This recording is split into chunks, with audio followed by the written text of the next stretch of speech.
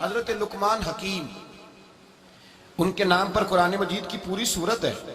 حضرت لقمان حکیم علیہ رحمہ آپ اپنے بیٹے کو نصیحت کر رہے تھے، کہنے لگے بیٹا کو مشکل آئے تو گھبرانا نہیں، کوئی مشکل آئے تو کرے بیٹوں کو سمجھ آ جائے کہ مشکل آئے تو سمجھ آ رہی ہے بات کی، مشکل آئے تو۔ اور کیا خوبصورت جملے، بیٹے کو بٹھا کے کہتے ہیں بیٹا چھوٹی مشکل آئے گی تو اللہ بڑی مشکلات آسان کر دے گا، سمجھو چھوٹی مشکلات آئیں تو اللہ نے بڑی مشکلیں اس نے آسان کر دی۔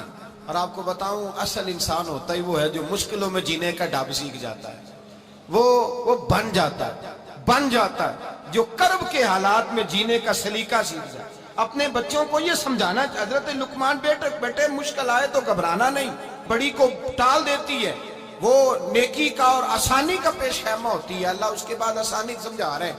کچھ دنوں کے بعد کہنے لگے آؤ فلاں اللہ کے نبی کی ملاقات کو چلے، فلاں نبی علیہ السلام سے ملنے چلتے ہیں۔ اس زمانے میں جو نبی تھے ان سے ملنے چلے گئے۔ بیٹے کو بات یاد تھی، گھوڑے پہ بیٹھے، امام ابن جوزی نے اس کو لکھا ہے، گھوڑے پہ بیٹھے تھے دونوں کے پاس گھوڑے تھے۔ اب رستہ بہت زیادہ تھا، کھانا ساتھ لے لیا، پانی ساتھ لے لیا، رستہ لمبا تھا، صحرا کا علاقہ تھا۔ جب جانے لگے تو اتنی سخت گرمی ہوئی کہ گھوڑے بھی بے ہوش ہونے لگے، اچانک ایسی گرم لو چلی کہ گھوڑے بھی۔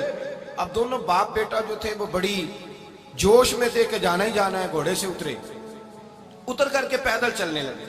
اب پیدل چلتے چلتے ذرا آگے گئے تو گرمی میں جتنا بندہ پیدل چلتا ہے اتنا پیاس بھی زیادہ لگتی ہے، تو پانی پیتے رہے، کھانا کھاتے رہے، کھانا پانی بھی ختم ہو گیا۔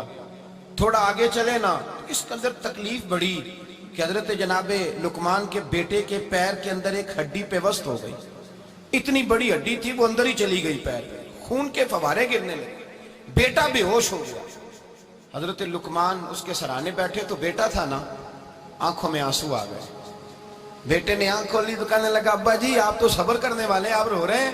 فرمایا بیٹے میں کیا کروں، میرے سینے میں جو دل ہے وہ ایک باپ کا دل ہے، تو باپ جو ہوا تیری دکھ پر رونا آیا۔ بڑی مشکل سے دانت کے ساتھ ہڈی نکالی، ہڈی نکلی تو خون بھی چلا۔ صاحب زیادہ کہنے لگا حضور آپ نے تو کہا تھا ہر مشکل کے بعد آسانی ہوتی ہے، اور چھوٹی مشکل دے کے اللہ بڑی سے بچا لیتا ہے، تو ہم تو اچھے کام چلے تھے، مشکل پہ مشکل یہ کیا ہے؟ حضرت لقمان کہنے لگے بیٹا نہ تو رب کی حکمتوں کو جانتا ہے نہ پوری طرح میں جانتا ہوں، لیکن جو میں نے کہا تھا وہ بات سچی ہے۔ فَإِنَّ مَعَ الْعُسْرِ يُسْرًا إِنَّ مَعَ الْعُسْرِ يُسْرًا، اللہ ہر مشکل کے بعد آسانی عطا فرمائے گا، اور فرمایا میرا ایمان ہے کہ ضرور عطا فرمائے گا۔ یہ بات کہہ رہے تھے کہ سامنے سے دھواں اٹھا، اتنا سخت دھواں اٹھا کہ آپ نے سوچا شاید وہاں بادیا وہاں جاتے، وہاں چلنے لگے تو پیچھے سے کسی نے آواز دی ٹھہر جاؤ، رکو، وہیں رک گئے۔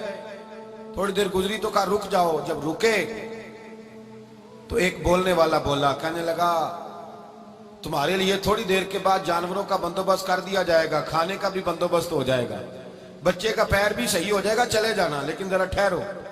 حضرت لقمان کہنے لگے بولنے والے تو کون ہے؟ تو کہنے لگے میں اللہ کا فرشتہ ہوں، میں اللہ کا فرشتہ ہوں۔ کہا اللہ کے فرشتے اور یہ سارا کچھ کیا ہے؟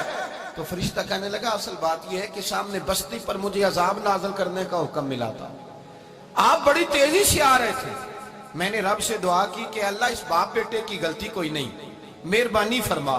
رب نے پہلے آپ کو صحرا میں الجھایا، پھر میری دعا کی برکت سے آپ کے گھوڑے ٹھہر گئے، پھر میری دعا کی برکت سے آپ کا پانی ختم ہوا، پھر میری دعا کی برکت سے آپ کے بیٹے کو زخم آیا، پھر میری دعا کی برکت سے سامنے سے دھواں اٹھا۔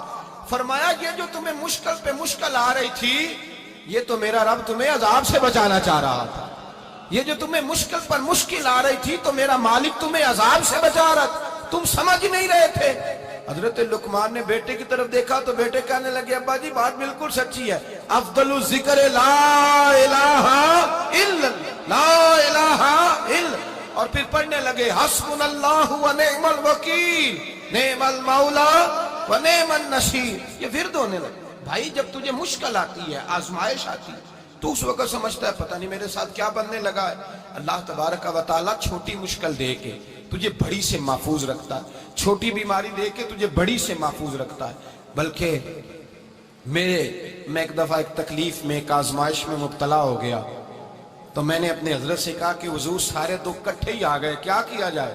تو آپ فرمانے لگے بڑے خوش نصیب ہو، جوانی میں اللہ نے دکھ دے دیے، بڑھاپے میں آئے تو برداشت نہیں ہوتے، یہ تو بڑے وقت پہ آ گئے، شکر ادا کرنا چاہیے، اس زمانے میں برداشت نہیں ہوتے، اب آسانی ہے، ان کو برداشت کرو، ہمت کرو۔